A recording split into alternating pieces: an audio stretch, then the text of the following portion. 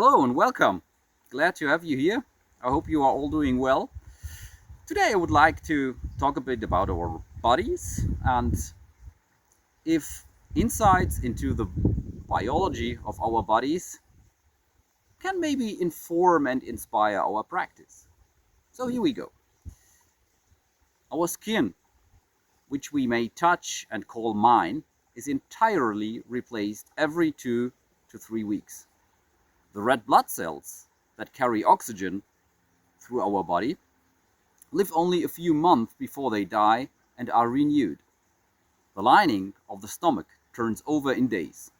Even our bones, which seem so solid and enduring, quietly exchange their cells with the world, so that in about 10 years, most of the matter that once made up our body has gone and been replaced. So the body we had as children is not here anymore. Even the body we had 5 years ago has already dissolved into the air, into the soil, into other beings. What we think of as my body is really a momentary collection of food, air, water, and sunlight, borrowed from the world, temporarily arranged in this form we call me. This is not just a scientific curiosity. It is the living truth of impermanence, anicca in Pali. The Buddha pointed to this when he asked us to contemplate the body, its fragility, its transience, its lack of a permanent self.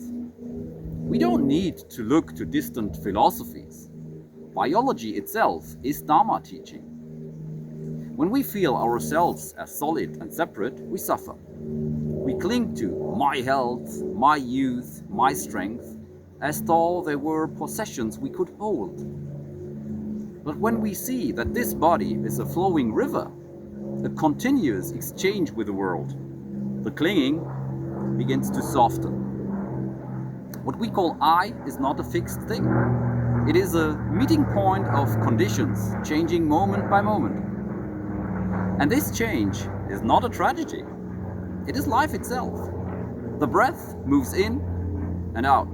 The blood flows, the cells are born and die, the body reshapes itself. Renewal is happening now, without our effort. This very impermanence is what allows healing, what allows growth, what allows transformation. To practice Zen is to sit down in the middle of this river and simply witness it, or even better, to simply be it. To breathe and feel this body is not separate from the earth and the sky.